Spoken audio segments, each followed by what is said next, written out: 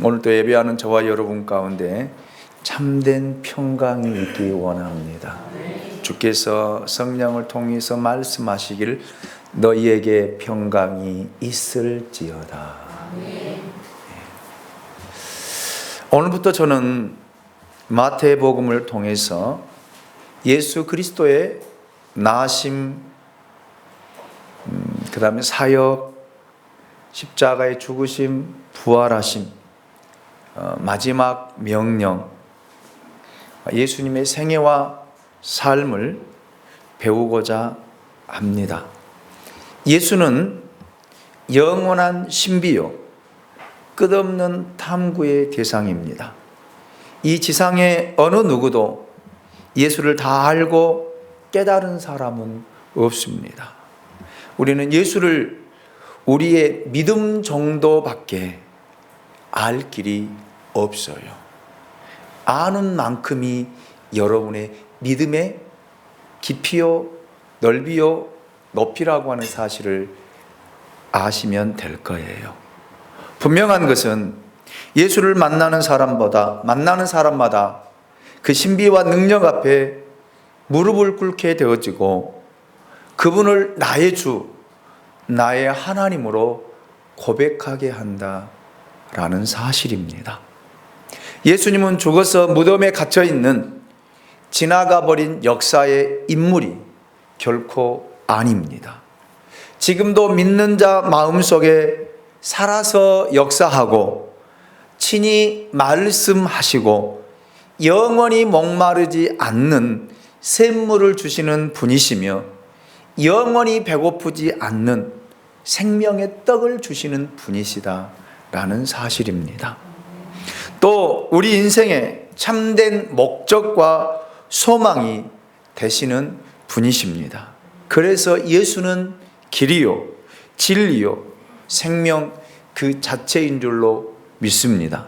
그 예수로 인해서 여러분 안에 모든 근심과 염려와 걱정과 환난이 다 물러가고 여러분 안에 진정한 소망과 감사로 채워지는 은혜가 있으시기를 예수님의 이름으로 축원합니다. 신약에는 4개의 복음서가 있습니다. 이것은 예수님을 4가지 측면에서 입체적으로 보여주고 소개하고 있는 책들입니다. 마태복음은 왕으로 오신 예수 그리스도를 보여주고 있습니다. 마가복음은 종으로 오신 예수, 그 예수를 우리에게 소개하고 있습니다. 누가복음은 완전한 인간으로서 이 땅에 오신 예수를 우리에게 비춰주고 있습니다. 요한복음은요, 하나님으로 오신 예수, 그 예수 신성에 대해서 우리에게 비춰주고 말씀하고 있습니다. 그래서 저는 지금부터 마태복음에 나타난 예수님이 어떤 분이신가를 함께 나누고 또 말씀을 통해서 함께 배우고자 합니다. 자, 오늘 본문 1절 말씀을 보도록 하겠습니다. 같이 한번 읽어봅니다. 시작. 아브라함과 다윗의 자손 예수 그리스도의 계보라. 아멘. 여기 예수 그리스도를 아브라함과 다윗의 자손으로 소개를 하고 있습니다. 특별히 마태가 예수에 대해 기록하려 했던 가장 중요한 핵심은 그가 바로 구약에서 약속된 메시아, 즉 왕으로서의 메시아라고 하는 사실을 이야기하고자 한 것입니다. 이것이 1장과 2장의 주제이기도 하며 마태복음의 전체 주제이기도 합니다. 그래서 마태는 예수를 다윗의 자손이다 이렇게 소개를 하고 있습니다. 하나님은 사무엘하 7장 12절 이하에서 선지자 나단을 통해 다윗의 후손에서 메시아 곧 왕이 나올 것을 예언하셨습니다. 사무엘하 7장 16절을 보십시오. 내 집과 내 나라가 내 앞에서 영원히 보존되고 내 왕위가 영원히 견고하리라 하셨다 하라. 아멘.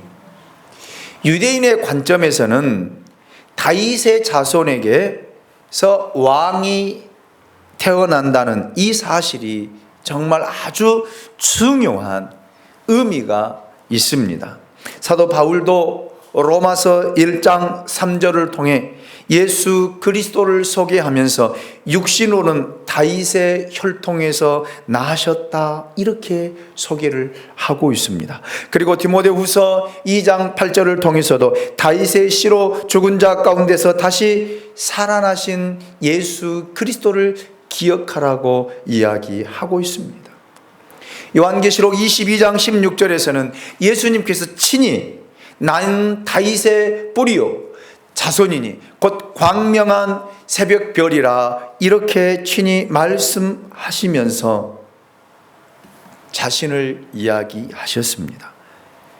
바로 이분이 우리의 왕이시며 이분이 바로 메시아이시다라고 소개를 하고자 했던 것입니다. 또 마태는 예수를 아브라함의 자손이다 이렇게 소개를 하고 있습니다. 우리가 잘 아는 대로 아브라함은 갈대아 우르에서 우상을 숭배했던 평범한 한 사람이었습니다. 그런 아브라함을 부르시고 믿음의 길을 가게 하셨습니다. 그 아브라함을 우리는 믿음의 조상이다 이렇게 부르기도 합니다. 타락한 사람에게서 하나님께서 구원의 실체를 구체적으로 보여주신 것이 바로 이 아브라함부터입니다. 여러분, 아브라함이 무슨 선한 일을 했습니까? 아브라함에게 무슨 믿음이 있었습니까? 그렇지 않습니다.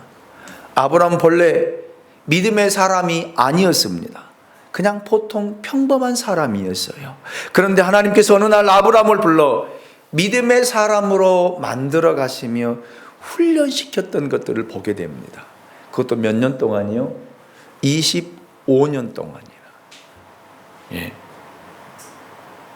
그래서 아브라함을 하나님이 세우시고 훈련을 시켜 믿음의 조상으로 누가 만든 거예요? 하나님이 친히 그렇게 만들어 가신 줄로 믿습니다. 이게 하나님의 역사예요. 이거 하나님의 은혜입니다. 여러분들이 믿음이 있어서 교회 나오신 것이 아닙니다.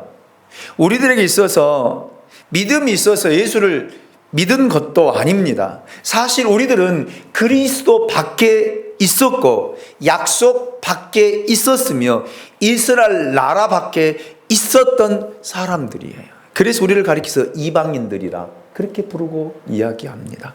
하나님과 아무런 상관이 없던 사람이었습니다. 그런데 어느 날 하나님 우리를 친히 부르셨습니다. 물론 어떤 사람을 통해 전도를 받은 사람들도 많이 있겠죠.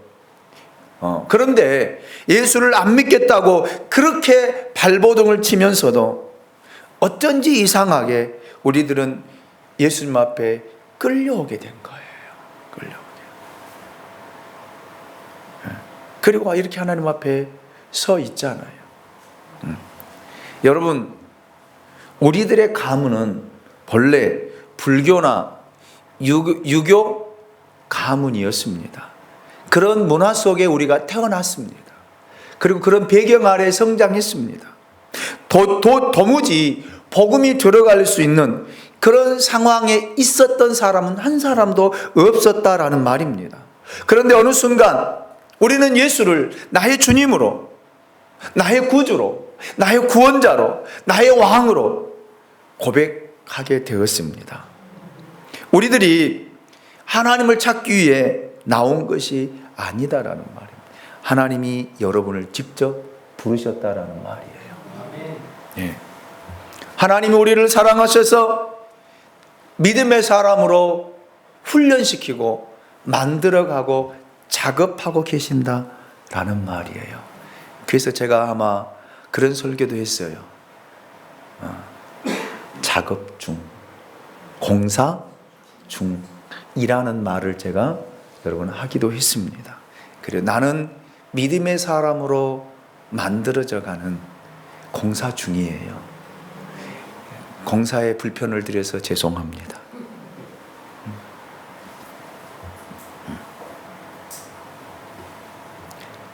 그래서 하루하루를 하나님이 내 모난 성격, 내 모난 인격, 내 삶의 모습들을 다듬어가는 거예요. 그런데 우리는요, 안 다듬어가려고 몸부림을 치는 거예요. 내 마음대로 한번 살아보겠다는 거예요. 내 뜻대로 살아보겠다는 거예요. 버리지 않겠다는 거예요. 내 자존심도, 내 인격도, 내 성격도, 성품도 버리지 않겠다는 거예요. 그런데 하나님은요, 강제적으로 여러분 우리를 만지시고 강제적으로 꺾으시고 강제적으로 믿음의 사람으로 만들어 가고 있습니다. 여러분 아브라함을 보십시오. 아브라함도 여러분 하나님이 부르셨지만 여러분 자기 마음대로 살잖아요. 그래서 하갈을 통해서 이스마엘도 낳고요. 자기 아내를 누이라고 하고요. 자기 하고 싶은 대로 해보잖아요. 가지 마라 그러는데 또 애굽으로 내려가잖아요. 가지 말라는데 가는 거예요. 그래서 수치를 당하고 이런 것들이 결국에는 하나님이 믿음으로 만들어가기 위한 하나의 과정이었습니다. 그러면서 우리에게 거울로 주신 것이 너희는 그렇게 하지 말라는 거예요. 너희는 그렇게 살지 말라는 거예요. 너희들은 그렇게 행하지 말라는 거예요.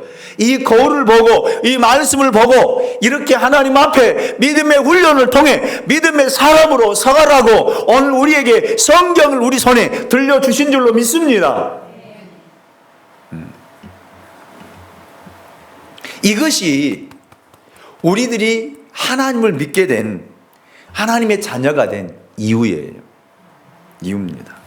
하나님은 아브라함에게 이 약속을 주셨습니다. 다시 아브라함과 다시 말하면 계약을 한 것이죠. 창세기 12장 2절입니다. 우리 같이 한번 자막을 통해서 같이 읽어보도록 하겠습니다. 같이 읽습니다. 시작. 내가 너로 큰 민족을 이루고 내게 복을 주어 내 이름을 창대하게 하리라니 너는 복이 될지라. 아멘. 이 얼마나 놀라운 약속입니까? 여러분 하나님이 누구에게요? 아브라함에게 주신 약속이에요. 아브라함에게 주신.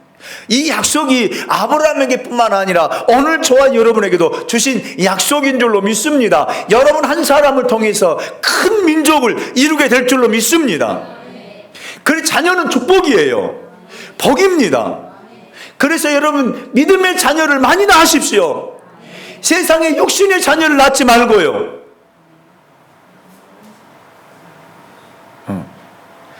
여러분 남편과 아내를 통해서 믿음의 자녀를 낳아 큰 민족을 이루십시오. 그것이 여러분 복이 될 줄로 믿습니다. 네.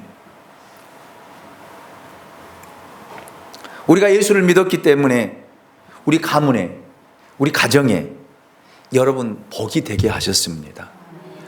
그 복 있는 사람으로 살아가십시오. 복 있는 사람으로 살아가십시오. 네. 이것이 우리가 살아가야 할 이유입니다. 예수님께서 다윗과 아브라함의 자손이었다는 이 말에는 깊은 뜻이 담겨져 있더라고요. 어떤 뜻이 있을까?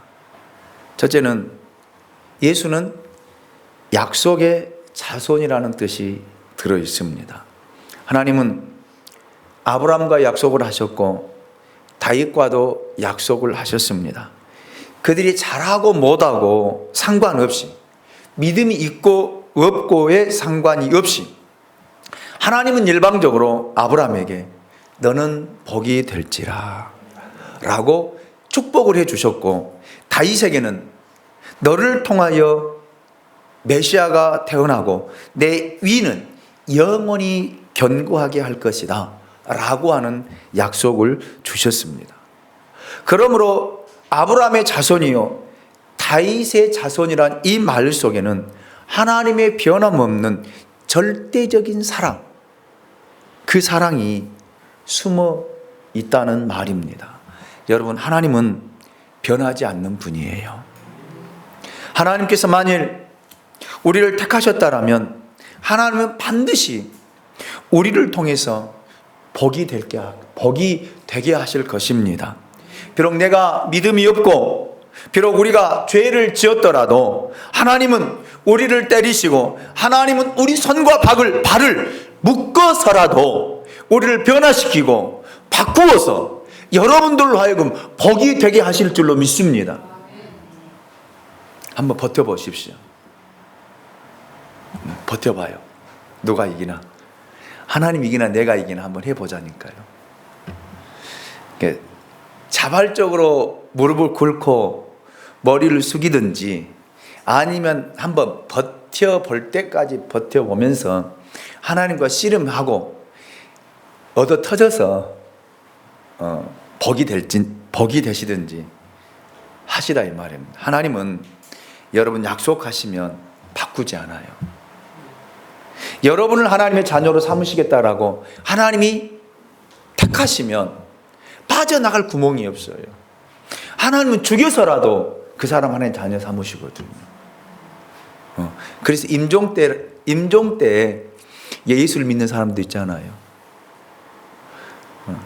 그 사람은 깃털 모자 쓰고 천국 들어가는 거예요.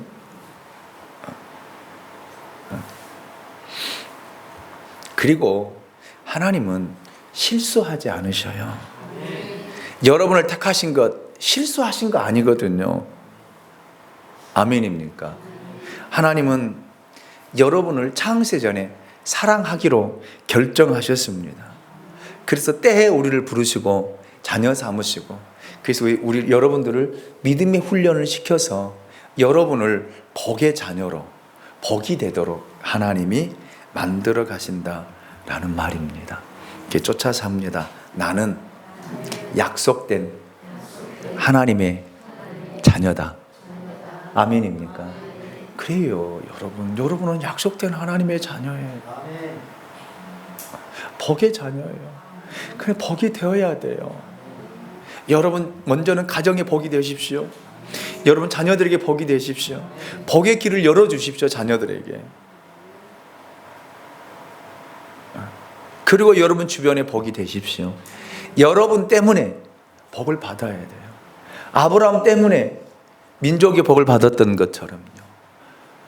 요셉 때문에 애굽이 복을 받았던 것처럼요.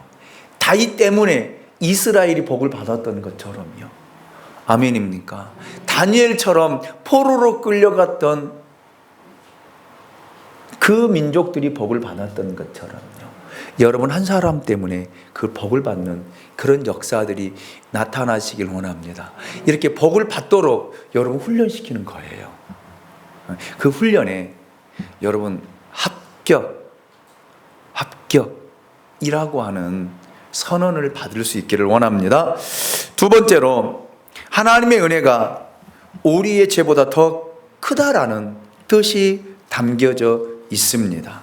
여러분 다윗과 아브라함이 훌륭하고 위대한 믿음의 조상이긴 하지만 실제로 그들의 삶을 깊숙이 들여다보면 그들도 죄인 중에 한 사람이에요. 여러분 다윗의 경우를 보십시오. 다윗은 자기가 가장 사랑하는 신복 우리아의 아내를 빼앗은 인물이에요. 그리고 죽이기까지 하잖아요. 아브라함은 또 어떻습니까? 자기가 살기 위해서 아내를 팔아버리는 그런 사람이 누구냐면 아브라함이에요. 아브라함. 왕에게 바쳐버리잖아요. 자기 살기 위해서. 그런 인간이 남편이에요.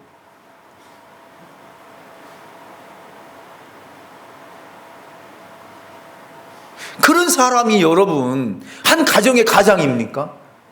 나 살기 위해서 여러분 내 가정을 팽개치고 내 자식을 팽개치고 내 아내를 갖다 팔아요?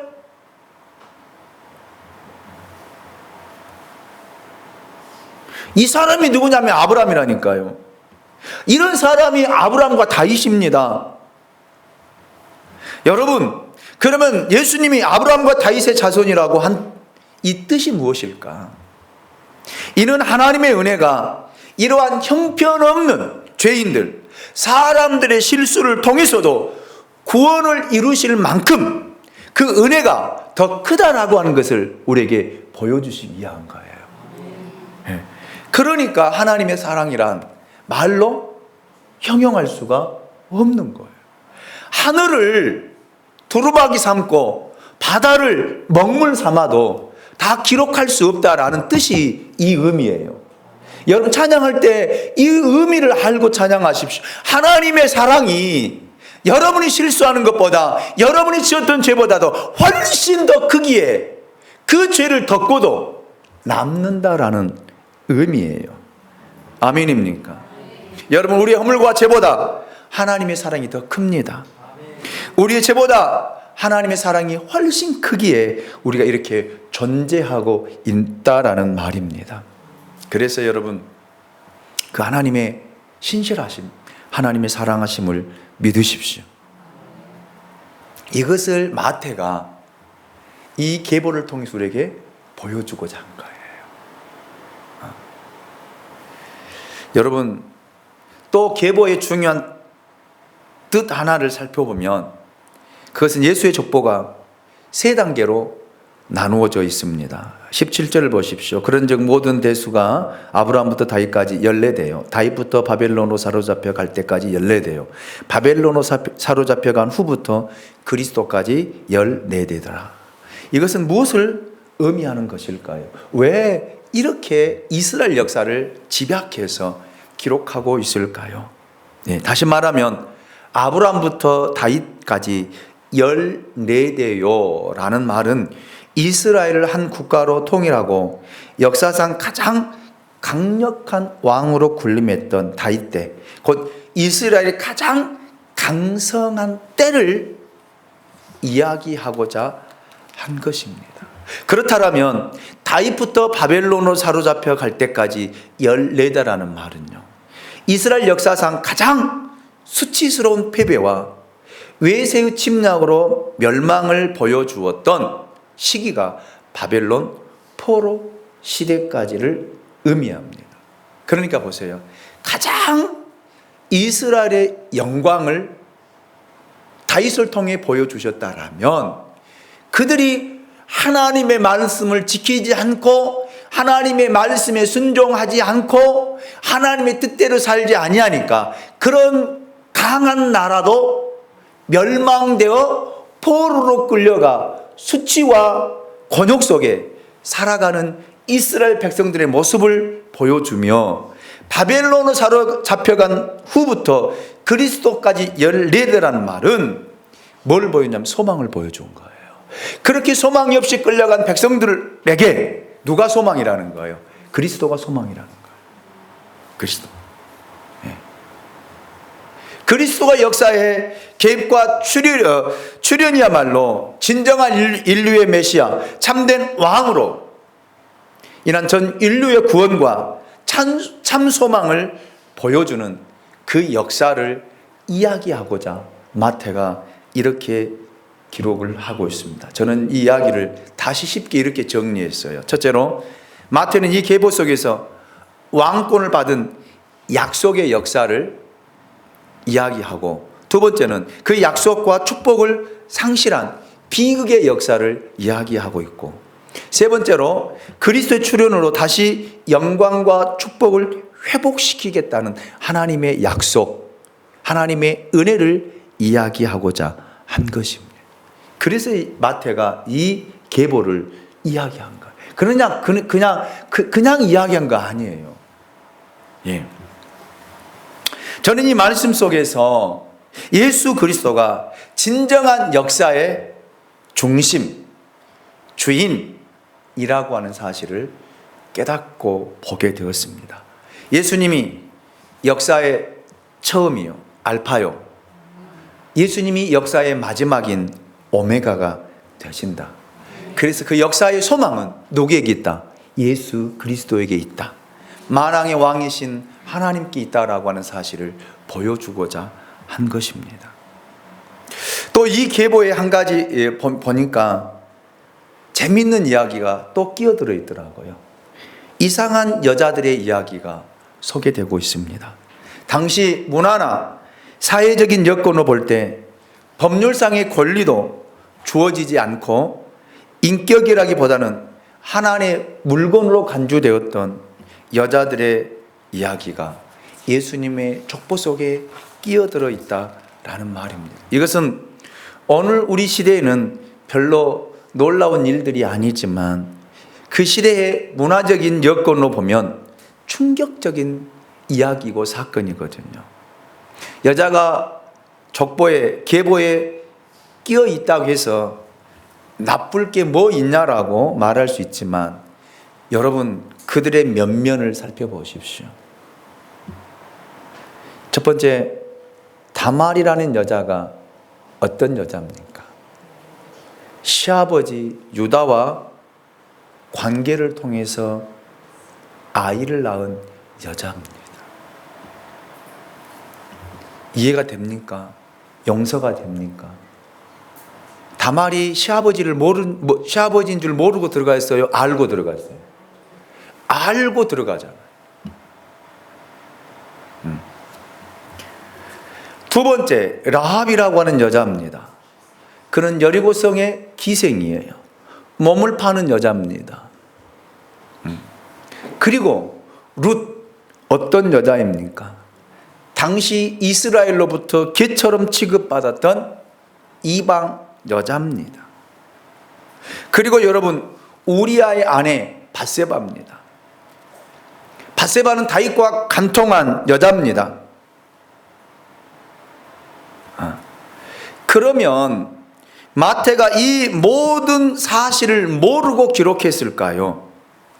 여러분, 구약의 좋은 여자들, 거룩하고 순결하며 믿음이 있는 여자들이 얼마나 많이 있습니까? 그러나 여기에 왜 마태가 이런 사실들을 기록하고 예수님의 계보에 이 여자들을 집어넣었을까요? 여기에 놀라운 하나님이 우리에게 주시고자 하는 메시지가 담겨져 있다라는 말입니다. 하나님의 섭리가 이 계보 속에 있다라는 말입니다. 여러분, 이 네 여자는 과거에 허물과 실수가 많았던 여자들입니다. 그들은 모두 하나같이 하나님 앞에 범죄한, 악을 행한 죄인들입니다. 그런데 하나님 앞에 돌아와 변화받고 새로워졌다는 사실을 이야기하고자 한 거예요. 허물이 많고 허물이 있고 용서받는다고 하는 진정한 복음의 진수, 복음의 그 놀라운 그 비밀을 우리에게 보여준 거예요. 유대인과 이방인의 장벽이 무너지고 남자와 여자의 장벽이 무너지고 죄인의 장벽이 무너진 것을 하나님께서 이 계보를 통해서 우리에게 보여주신 거예요. 그래서 이방인들에게 복음이 들어가는 길이 열려졌다라는 말입니다. 비록 과거는 어두웠을지라도 예수를 통해 복의 사람으로 바뀌었다라는 사실을 이야기하고자 마태가 여러분 기록하고 있다라는 사실입니다. 하나님의 은혜로 선택을 받고 예수님의 계보에 기록할 수 있는 거룩한 여자들로 변화되었다라는 사실, 변화의 이야기를 하고자 한 것입니다. 누가 이렇게 바꾸었습니까? 그들이 스스로가 바뀌어졌습니까? 아니에요. 여러분, 누가 바꾸었어요? 하나님이요. 하나님이 택하시고 하나님이 부르셔서 그렇게 변화시키고 여러분, 이렇게 예수님의 계보에 이름으로 올라가는 이런 영광을 누리게 된 줄로 믿습니다. 우리가 예수 그리스도를 영접하고 예수 그리스도 안에서 변화되었지면 우리도 이런 영광과 복이 될 줄로 믿습니다. 여러분, 복이 될 줄로 믿습니다. 이런 복 있는 사람들이 될 수 있기를 주님의 이름으로 축원합니다. 여러분, 그래서 우리의 과거가 중요하지 않아요. 과거는 버리십시오. 주님 앞에 서 있기만 한다라면 우리의 과거의 허물과 실수, 과거의 어떤 죄라도 예수 그리스도의 보혈로 깨끗하게 씻어주실 줄로 믿습니다. 그리고 우리를 예수님의 계보의 주인공으로 세우셔서 사도행전 29장을 기록하게 하실 줄로 믿습니다. 복의 사람, 축복의 통로로 하나님이 세워가실 줄로 믿습니다. 이것이 이 예수님의 계보를 통해서 우리에게 보여주고자 하는 하나님의 메시지입니다. 마지막으로 이 계보에 재밌는 단어 하나가 더 있더라고요. 마태복음 1장을 읽어보면 무슨 말이 가장 많이 등장한 줄 아십니까? 그렇죠. 나코입니다. 여러분, 이것을 그냥 무심히 읽고 지나가지 마십시오. 왜냐하면요, 구약에서 족보를 이야기할 때, 계보를 이야기할 때는 무슨 단어가 가장 많이 나온지 아세요? 죽고예요. 성경을 잘 보십시오. 그 사람 몇 살을 살고 죽었고, 그렇게 기록하고 있거든요. 여러분, 몇 살을 살다가 죽는 것은 복음이 아니에요.